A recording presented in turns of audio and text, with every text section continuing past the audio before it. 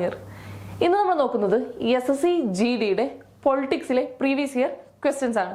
നമുക്ക് ക്വസ്റ്റ്യൻസിലേക്ക് പോവാം. ആദ്യത്തെ question, joint session of the parliament is arranged under the article. Article പ്രകാരം പാർലമെന്റിന്റെ സംയുക്ത സമ്മേളനം ക്രമീകരിച്ചിരിക്കുന്നത് എവിടെയാണ് എന്നാണ്. Option A article 78, option B article 103, option C article 108, option D article 249. ഇത്രയാണ് ഓപ്ഷൻസിൽ വന്നിരിക്കുന്നത്. ജോയിന്റ് സിറ്റിംഗ് എവിടെയാണ് വന്നിരിക്കുന്നത് എന്നാണ്. ഏത് ആർട്ടിക്കിളിലാണ്? Joint sitting 108ാമത്തെ ആർട്ടിക്കിളാണ്. 108ാമത്തെ ആർട്ടിക്കിളാണ് ഇത് വരുന്നത്, ജോയിന്റ് സിറ്റിംഗ് വരുന്നത്. Joint sitting Indian constitution adopt ചെയ്തിരുന്നത് ഏത് രാജ്യത്തു നിന്നാണ്? ജോയിന്റ് സിറ്റിംഗ് എന്ന കൺസെപ്റ്റ് ഇന്ത്യ അഡോപ്റ്റ് ചെയ്തിരിക്കുന്നത് ഓസ്ട്രേലിയയിൽ നിന്നാണ് ജോയിന്റ് സിറ്റിംഗ് എന്ന കൺസെപ്റ്റ് ഇന്ത്യ അഡോപ്റ്റ് ചെയ്തിരിക്കുന്നത്. ജോയിന്റ് സിറ്റിംഗ് വിളിച്ചു ചേർക്കുന്നത് ആരാണ്? ജോയിന്റ് സിറ്റിംഗ് വിളിച്ചു ചേർക്കുന്നത് ലോക്സഭയും രാജ്യസഭയും ഒരുമിച്ച് വരുന്നതാണ് ജോയിന്റ് സിറ്റിംഗ് എന്നറിയാം. ജോയിന്റ് സിറ്റിംഗ് വിളിച്ചു ചേർക്കുന്നത് ആരാണ്? പ്രസിഡന്റ് ആണ് ജോയിന്റ് സിറ്റിംഗ് വിളിച്ചു ചേർക്കുന്നത്. പ്രിസൈഡിംഗ് ഓഫീസർ ആരാണ്? അധ്യക്ഷൻ. ജോയിന്റ് സിറ്റിംഗിലെ അധ്യക്ഷൻ ആരായിരിക്കും? ലോക്സഭയുടെ സ്പീക്കർ ആയിരിക്കും ജോയിന്റ് സിറ്റിംഗിലെ അധ്യക്ഷനായിട്ട് വരുന്നത്. ജോയിന്റ് സിറ്റിംഗിൽ എക്സെപ്ഷൻ ഉള്ള ബില്ല്, മണി ബില്ല് ഒരിക്കലും ജോയിന്റ് സിറ്റിംഗിലേക്ക് പോകത്തില്ല. മണി ബില്ല് ഒരിക്കലും ജോയിന്റ് സെഷനിൽ അവതരിപ്പിക്കപ്പെടില്ല. പിന്നെ ഇന്ത്യയിൽ 3 ബില്ലുകൾ, പ്രധാനമായിട്ടും 3 ബില്ലുകൾ ജോയിന്റ് സിറ്റിംഗിലൂടെ പാസ്സാക്കപ്പെട്ടിട്ടുണ്ട്. അത് ഏതൊക്കെയാണ് ആ ബില്ലും നമുക്ക് നോക്കാം. ഡൗറി പ്രൊഹിബിഷൻ ബില്ലാണ് ആദ്യത്തെ. ഡൗറി പ്രൊഹിബിഷൻ ബില്ലാണ് 1962 ഡൗറി പ്രൊഹിബിഷൻ ബില്ലാണ് ആദ്യമായിട്ട് പാസ്സാക്കിയത്. അടുത്തതായിട്ട് വരുന്നത് ബാങ്കിങ് സർവീസ് കമ്മീഷൻ ബില്ലാണ്. ബാങ്കിങ് സർവീസ് കമ്മീഷൻ ബില്ലാണ് വരുന്നത് 1978 ആ ബില്ല് പാസ്സാക്കപ്പെട്ടത്. പ്രിവെൻഷൻ ഓഫ് ടെററിസം ബില്ലാണ്. 2002 ആ ബില്ല് വരുന്നത്. 1962 ഒന്ന്, 1978 ഒന്ന്, 2002 62 വരുന്നത് ഡൗറി പ്രൊഹിബിഷൻ ആണ്. പ്രൊഹിബിഷൻ ആണ്. 1978 ബാങ്കിങ് സർവീസ് കമ്മീഷൻ ബില്ലാണ്. ബാങ്കിങ് സർവീസ് കമ്മീഷൻ ബില്ലാണ്. 2002 ടെററിസം ബില്ലാണ്. ഇത് ഇത്രയും ബില്ലുകളാണ്, 3 ബില്ലുകളാണ് മെയിനായിട്ടും ജോയിന്റ് സെഷനിൽ വെച്ചിട്ട് പാസ്സാക്കിയിട്ടുള്ള ബില്ലുകൾ. ഓക്കെ, നെക്സ്റ്റ് ക്വസ്റ്റ്യനിലേക്ക് നമുക്ക് പോവാം. Which article of Indian constitution has the provision of finance commission in India? Indian ഭരണഘടനയിലെ ഏത് ആർട്ടിക്കിളിലാണ് ഇന്ത്യൻ ധനകാര്യ കമ്മീഷൻ വ്യവസ്ഥ ഉള്ളത്? ഇന്ത്യൻ ധനകാര്യ കമ്മീഷനെ കുറിച്ച് പറയുന്ന ആർട്ടിക്കിൾ ഏതാണെന്നാണ് ചോദിച്ചിരിക്കുന്നത്. ഓപ്ഷൻ നമ്മൾ നോക്കുകയാണെങ്കിൽ article 275, option B article 280, option C article 265, option D article 360. ഏതാണ്? ഫിനാൻസ് കമ്മീഷനെ കുറിച്ച് പറയുന്ന ആർട്ടിക്കിൾ ഏതാണ്? ആർട്ടിക്കിൾ 280 ആർട്ടിക്കിൾ 280 ഫിനാൻസ് കമ്മീഷനെ കുറിച്ച് പറയുന്നത്. ഇന്ത്യയിൽ ഫിനാൻസ് കമ്മീഷണർ റോൾ എന്താണ്? ഫിനാൻസ് കാര്യങ്ങളെ കുറിച്ച് പഠനങ്ങൾ നടത്തുക, അതിനുവേണ്ട റെക്കമെൻഡേഷൻസ് കൊടുക്കുക, ഇങ്ങനത്തെ കാര്യങ്ങളാണ് ഫിനാൻസ് കമ്മീഷൻ ചെയ്യുന്നത്. ഫിനാൻസ് കമ്മീഷൻ ഒരു കോൺസ്റ്റിറ്റ്യൂഷണൽ ബോഡിയാണ്. പ്രസിഡന്റിനാണ് ഫിനാൻസ് കമ്മീഷൻ റെക്കമെൻഡേഷൻസ് സമർപ്പിക്കുന്നത്. പ്രസിഡന്റിനാണ് ഫിനാൻസ് കമ്മീഷനെ തെരഞ്ഞെടുക്കുന്നത്. ഓക്കെ, ഫിനാൻസ് കമ്മീഷൻ ആദ്യത്തെ ഫിനാൻസ് കമ്മീഷണർ ആരായിരുന്നു? 1951 ഫിനാൻസ് കമ്മീഷൻ ഇന്ത്യയിൽ നിലവിൽ വന്നത്. ആദ്യത്തെ ഫിനാൻസ് കമ്മീഷണറായിട്ട് KC നിയോഗിനെ തെരഞ്ഞെടുത്തു. ഇപ്പോഴത്തെ കറണ്ട് ആയിട്ടുള്ള ഫിനാൻസ് കമ്മീഷണറെ ഈ അടുത്താണ് തെരഞ്ഞെടുത്തത്. ആരാണ്? 16ാമത്തെ ഫിനാൻസ് കമ്മീഷണർ ആരാണ്? 16ാമത്തെ ഫിനാൻസ് കമ്മീഷണറാണ് അരവിന്ദ് പനാഗാരിയാണ് 16ാമത്തെ ഫിനാൻസ് കമ്മീഷണർ, ഇപ്പോഴത്തെ ഫിനാൻസ് കമ്മീഷണർ. ആർട്ടിക്കിൾ 360 മറ്റൊരു ഇമ്പോർട്ടന്റ് ആയിട്ടുള്ള ആർട്ടിക്കിളാണ്. ആർട്ടിക്കിൾ 360 ഫിനാൻഷ്യൽ എമർജൻസിനെ കുറിച്ച് പറയുന്ന ആർട്ടിക്കിളാണ് ആർട്ടിക്കിൾ 360. അത് ഓർത്ത് വെക്കേണ്ടതാണ്. ഫിനാൻഷ്യൽ എമർജൻസി ആണ് കേട്ടോ.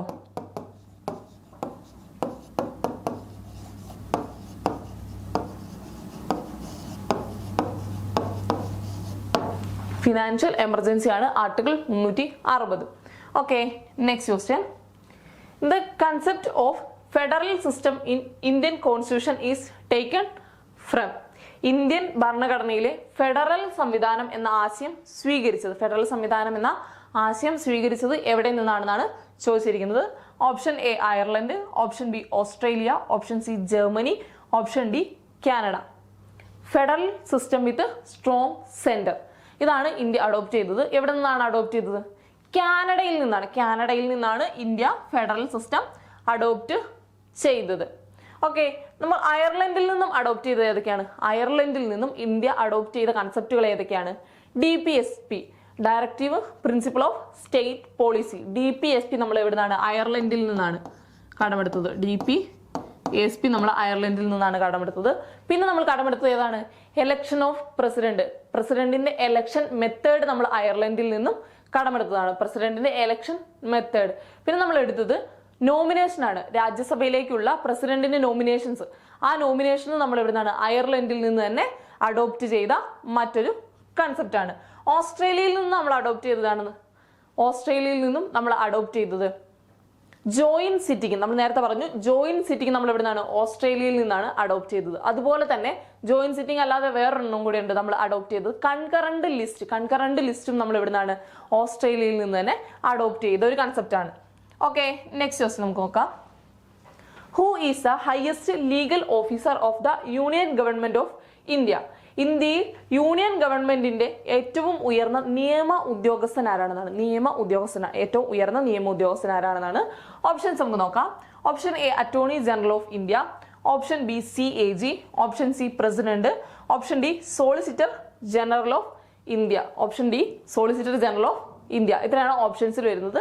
ആരാണ് ഹയസ്റ്റ് ലോ ഓഫീസർ യൂണിയൻ ഗവൺമെന്റിന്റെ?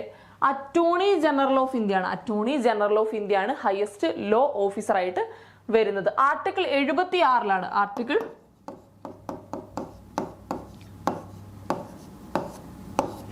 76 അറ്റോർണി ജനറൽ ഓഫ് ഇന്ത്യയെ കുറിച്ച് പ്രതിപാദിക്കുന്നത്, ഇന്ത്യൻ കോൺസ്റ്റിറ്റ്യൂഷനിൽ പ്രതിപാദിക്കുന്നത്. CAG ആരാണ്? CAG comptroller and auditor general ആണ് CAG വരുന്നത്. പിന്നെ solicitor general of India, solicitor ജനറലിൽ അറ്റോർണി ജനറലിന്റെ അസിസ്റ്റന്റ് ആയിട്ട് വർക്ക് ചെയ്യുന്നതാണ് ഇത് സോളിസിറ്റർ ജനറൽ ഓഫ് ഇന്ത്യ. ഇപ്പോഴത്തെ അറ്റോർണി ജനറൽ ആരാണ്? ഇപ്പോഴത്തെ അറ്റോർണി ജനറൽ ആരാണ്? K. വെങ്കിട്ടരമണിയാണ്. K. വെങ്കിട്ടരമണിയാണ് ഇപ്പോഴത്തെ അറ്റോർണി ജനറൽ ഓഫ് ഇന്ത്യ. അതുപോലെ തന്നെ സോളിസിറ്റർ ജനറൽ ഉണ്ട്. ഇപ്പോഴത്തെ സോളിസിറ്റർ ജനറൽ ആരാണ്? തുഷാർ മേത്തയാണ്. ഈ അടുത്താണ് അദ്ദേഹത്തെ തെരഞ്ഞെടുത്തത്. തുഷാർ മേത്തയാണ് ഇപ്പോഴത്തെ സോളിസിറ്റർ ജനറൽ ഓഫ് ഇന്ത്യ. അത് ഓർത്ത് വെക്കേണ്ടതാണ് കേട്ടോ. കറണ്ട് അഫേഴ്സിൽ വരുന്നൊരു ക്വസ്റ്റ്യൻ ആണ് തുഷാർ മേത്ത. ഓക്കെ, നമുക്ക് നെക്സ്റ്റ് ക്വസ്റ്റ്യൻ നോക്കാം. National commission for other backward class came into effect from. മറ്റ് പിന്നോക്ക വിഭാഗങ്ങൾക്കായുള്ള ദേശീയ കമ്മീഷൻ നിലവിൽ വന്നത്, ബാക്ക്വേർഡ് ക്ലാസ് കമ്മീഷൻ നിലവിൽ വന്നത് എന്നാണെന്നാണ് ക്വസ്റ്റ്യൻ വരുന്നത്. Option A 1993, option B 1995, option C 1992, option D 2003. ഇത്രയാണ് ഓപ്ഷൻസിൽ വരുന്നത്. ഏതാണ്, ഏത് വർഷമാണ് ബാക്ക്വേർഡ് ക്ലാസ് കമ്മീഷനെ തെരഞ്ഞെടുത്തത്? 1993. 1993 August 14 August 14 backward class commission നിലവിൽ വരുന്നത്. ബാക്ക്വേർഡ് ക്ലാസ് കമ്മീഷന്റെ ഹെഡ് ക്വാർട്ടേഴ്സ് എവിടെയാണ്? ന്യൂഡൽഹിയിലാണ്. ന്യൂഡൽഹിയിലാണ് കേട്ടോ.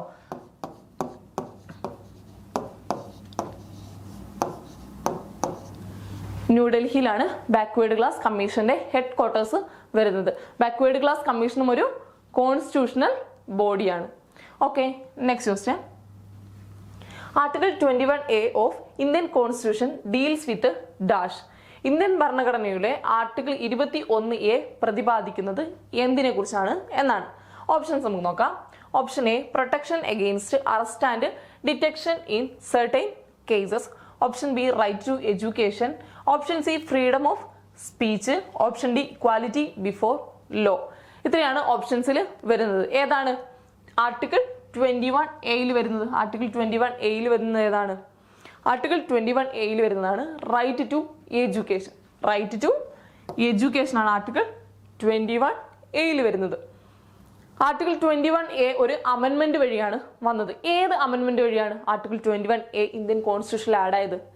86ാമത്തെ അമെൻമെന്റ്, 86th അമെൻമെന്റ് ആണ് കേട്ടോ. 86th അമെൻമെന്റ് വഴിയാണ് വന്നത്. 2002 അമെൻമെന്റ്, 2002 86th അമെൻമെന്റ്. അതുവഴിയാണ് 21A ഇന്ത്യൻ കോൺസ്റ്റിറ്റ്യൂഷനിലേക്ക് ആഡ് ആയത്. മറ്റേ ഓപ്ഷൻസ് നമ്മൾ നോക്കുകയാണെങ്കിൽ ഫ്രീഡം ഓഫ് സ്പീച്ച് ഏത് ആർട്ടിക്കിളിൽ വരുന്നതാണ്? ആർട്ടിക്കിൾ 19 clause 1 clause എയിൽ വരുന്നതാണ്. ആർട്ടിക്കിൾ 19 clause 1 clause എയിൽ വരുന്നതാണ് ഏത്? Freedom of speech and expression. Next equality before law ആണ്. ഇക്വാലിറ്റി ബിഫോർ ലോ എവിടെയാണ് വരുന്നത്? ആർട്ടിക്കിൾ 14 വരുന്നത്. ആർട്ടിക്കിൾ എവിടെയാണ്? Article 14. Article 14 equality before law വരുന്നത്. അത് ഇന്ത്യൻ കോൺസ്റ്റിറ്റ്യൂഷനിലേക്ക് അഡോപ്റ്റ് ചെയ്തത് ഒരു രാജ്യത്തു നിന്നാണ്. ഏത് രാജ്യത്തു നിന്നാണ് ഇക്വാലിറ്റി ബിഫോർ ലോ ഇന്ത്യൻ കോൺസ്റ്റിറ്റ്യൂഷനിലേക്ക് അഡോപ്റ്റ് ചെയ്തത്?